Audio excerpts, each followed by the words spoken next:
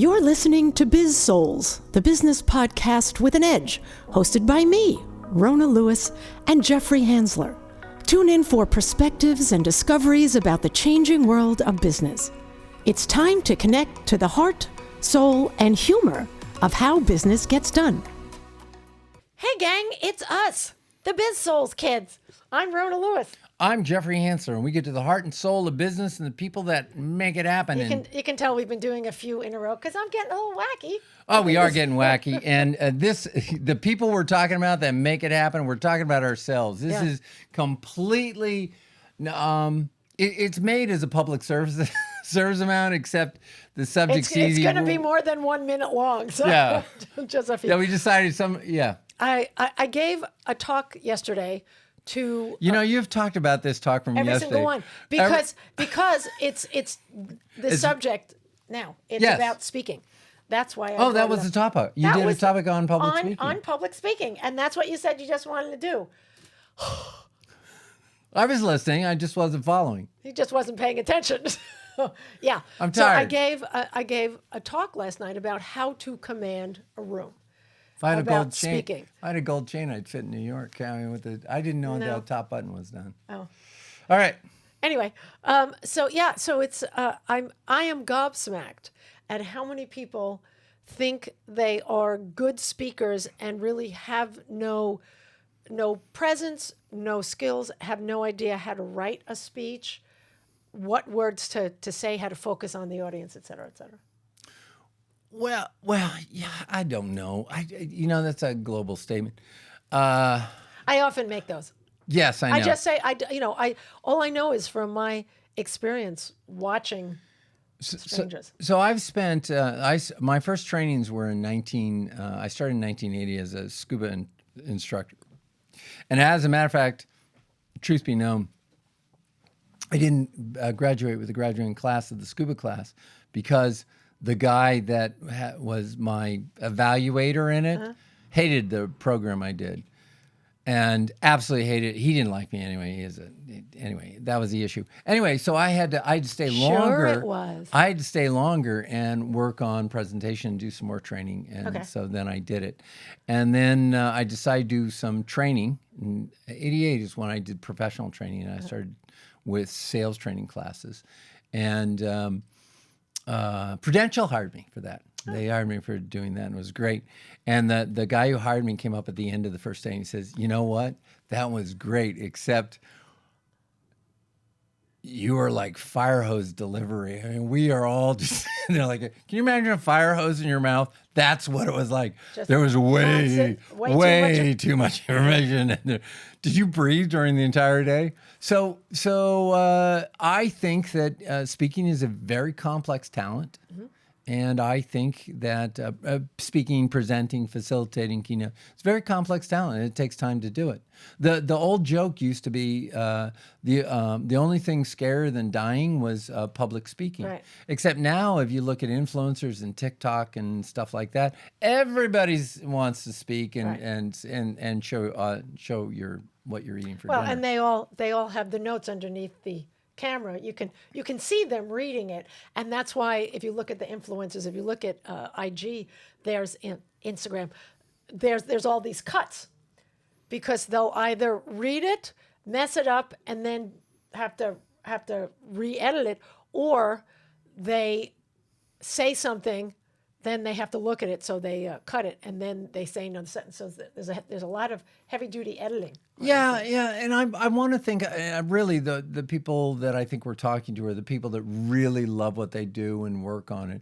We'll look at our notes because we haven't studied the content enough or something like that. So we do that. Oh, I don't mind that. And I've seen plenty of speakers who walk with either an iPad or notes, and if you know how to use them, that's fine. It's the people who read them. I don't know what I have been touching, but I have so much gunk on my hand. It's the pen.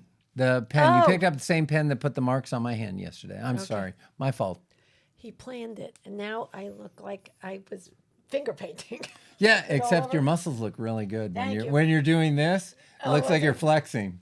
Okay, but we digress. Anyway, go back to your talk again for the third time. So it's just a matter of No, my point was, if you can use notes, just look at them, look up, and then speak. And don't you have a story about when you read something in one of your talks and you cleared the room? Oh, that was the first conference I ever spoke at. So it was a bunch of telemarketers, and it was a telemarketing conference. It was in Long Beach. And I went up and I read out of Dr. Seuss. Oh, the wonderful, I think it was Green Eggs and Ham or something. The wonderful things if you only try it. And what I did, and here's the mistake, I was in because I had discovered a process that was completely counterintuitive to all the sales training out there and all the telemarketers. And I had proven it, it worked, it did a bunch of stuff. And I went in. Is that your book? Yeah, well, that's part of, there's only a small fraction of that. We've got to do the other book. I've got to sit down and write that. Anyway, we'll get around to that eventually. What was I going to say? Oh, anyway, so I was basically telling them everything that they knew about sales was wrong. And that's not a great way to start. I think 300 people were in the audience, and by the time I was done, I think I was down to 5. And one guy said he stayed in just because he felt bad for me. And across the thing, there was some other telemarketer speaker who had the show and an outfit, and they had a themed concept. Everybody went over there. Her place was packed. And the context of what she was doing was the same old stuff they'd heard before. So people wanted to hear what they were comfortable with, not information that would help them make more money and be better at their job. And that was a huge lesson for me, because you realize that people really, new information and new ways of doing it scare that living daylights out of people.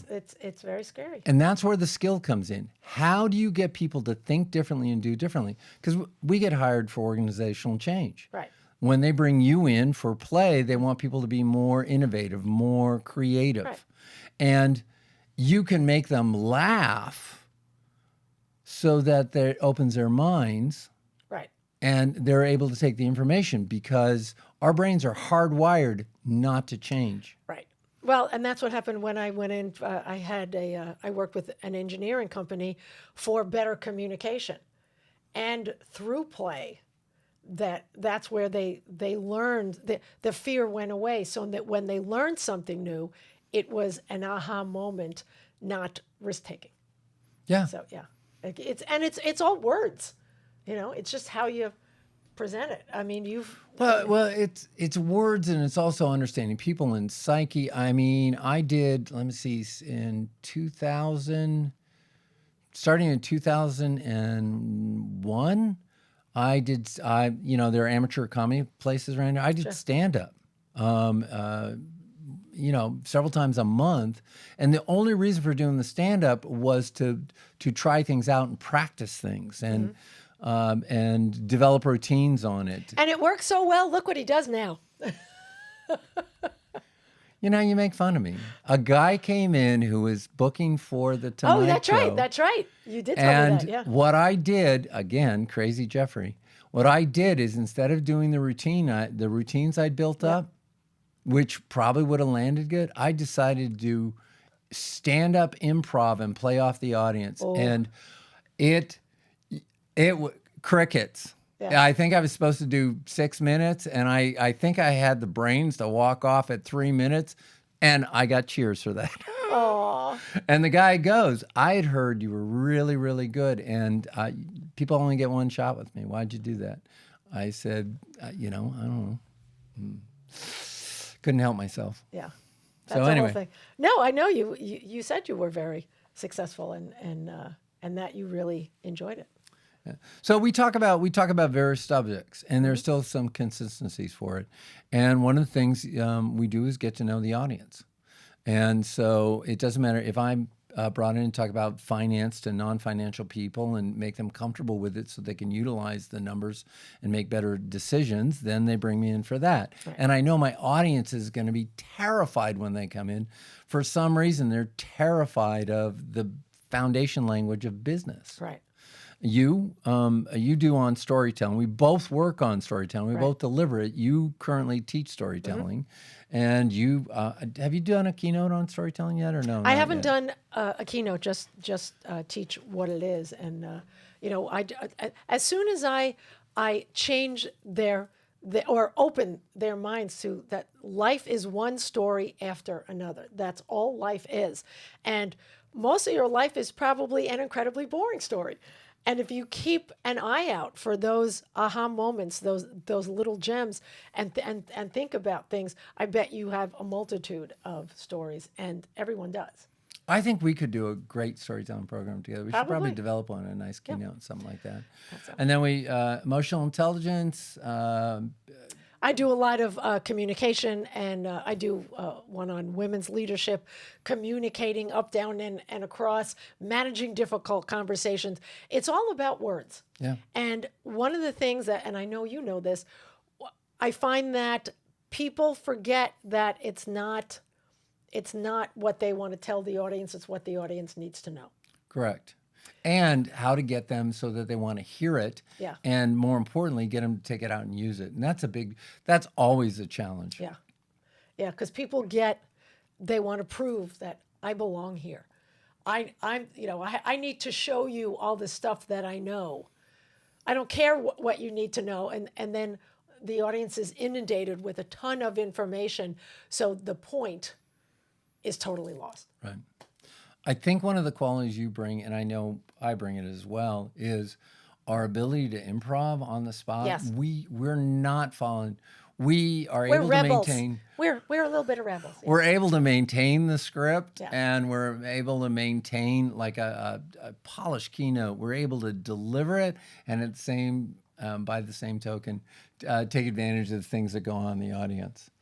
And Well, that just and that's the other thing. It's not about knowing the exact words, because we don't memorize speeches. You memorize the concepts of what you want to say, the bullet points, and then this way it makes it fun to go off books. What? do you enjoy? I mean, I've got memories. Like I was doing this sales conference, and one of the main guys there, one of the mucky mucks, wasn't at the meeting. There was a big discussion about it that because he was supposed to be at the meeting. I guess he partied too hard the night before.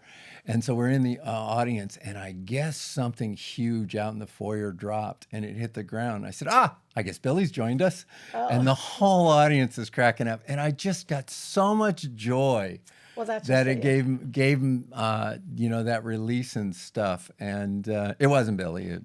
Somebody dropped a ladder or something. Well, when huge. I gave a keynote to Cone Health in December down in Greensboro, and the last activity, because everything I do is very interactive, and there are these neurosurgeons, because it was the executive board, of there's like 14,000 employees, whatever, was a rock, paper, scissors. It's called the world's biggest fan. So everybody plays each other until you have the two winners, and everyone else is cheering. And there's this huge man. It was probably close to your size, and I got like a little loving cup, and he's a little plastic loving cup, and I purposely used a crayon. I think it was a crayon that says rock, paper, scissors, champion, and he's like, yeah, he's running around, and because it was relatable. Right. And that's the key. You have to make your information, what you're giving them, relatable. And everything we do for interactivity, there's a method to the madness. There's a reason for the riot, Right. And that's what makes it fun.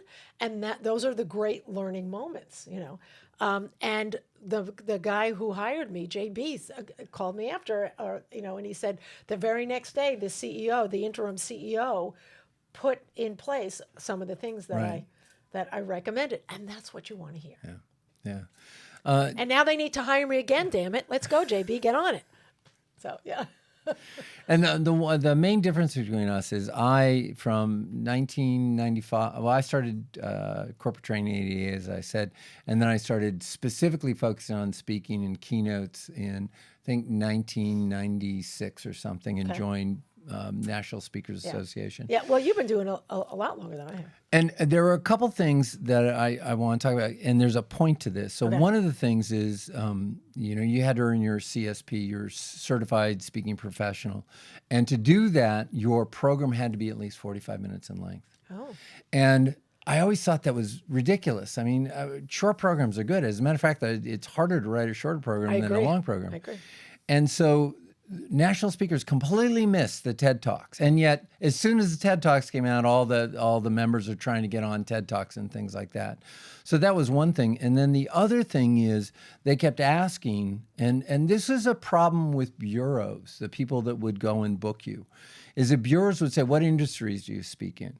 And this is a point that still goes on, they still look to fit you in an industry. You and I both develop topics and develop speeches and programs that can go into any industry. Right. I have gone everything from high tech, I just delivered in high tech in San Jose, to agriculture. Right. And then scientific and agriculture. Because people are people.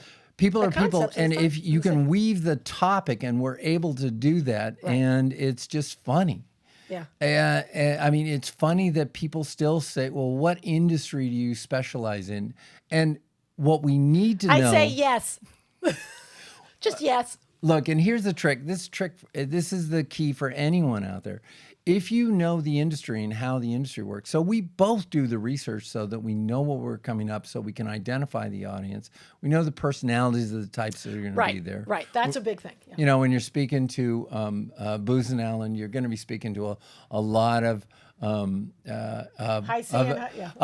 very principle, rule-oriented individuals. Yeah, perfectionists and a little bit quieter. Yeah. And you have to include that. You have to include that to get them right. coming along. And the truth is, they still will laugh, because I've seen Rona make them laugh.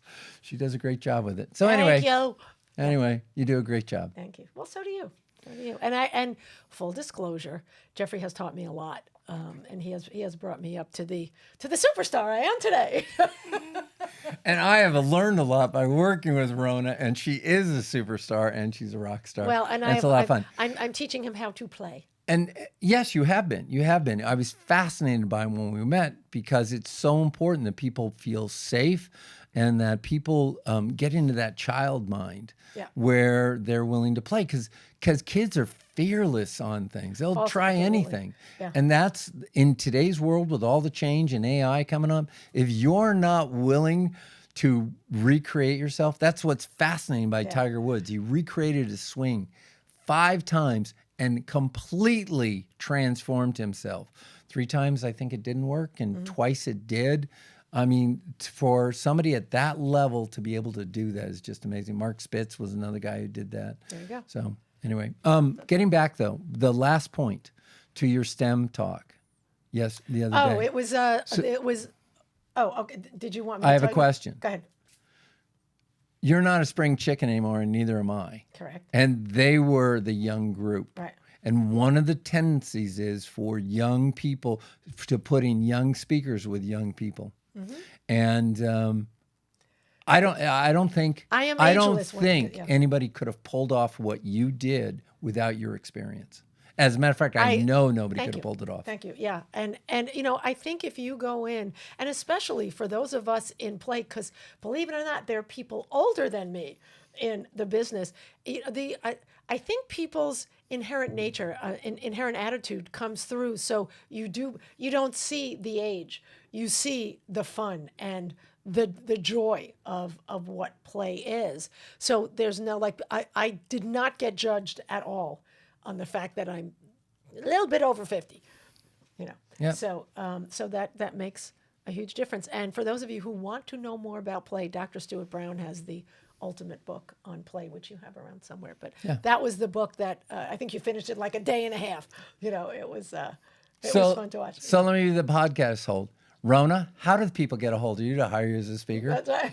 No, seriously. Oh, you can, well, if you could do Rona at Biz-Souls.com or Rona at PlayfulMindProject.com. And Jeffrey, how do they get in touch with you? Jay Hansler at OxfordCo.com, or you can go to the website, jeffreyhansler.com or OxfordCompany.com. Or Jeffrey at Biz-Souls.com. Or Jeffrey at Biz-Souls.com. Yeah, and my website is PlayfulMindProject.com. Yeah, and I've been off the public speaking circuit for a while. I've been doing OD projects for the last 15 years. So I've been sequestered behind the screen. And you've been speaking, just not.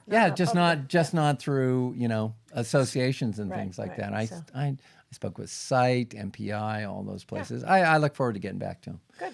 Another transition in life.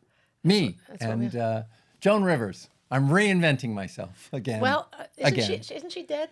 Oh, well, yeah. then I'm not Joan Rivers. Don't transition that hard, but got a few years. Anyway, all right. That is it for us. I'm Rona Lewis. I'm Jeffrey Hansler. And this has been Biz-Souls. We'll talk to you later. Oh, wait. Don't forget to like, share, hit the like button, subscribe, all that stuff that you do on social media. I know. You'll be one of the early discoverers again of Jeffrey and Rona. There you go. All right. All right. We'll see you later. Thank you. You've been listening to the Biz-Souls podcast with your hosts, Rona Lewis and Jeffrey Hansler. Did you have fun? Subscribe, rate, and leave a review. It's very much appreciated. Talk to you next week.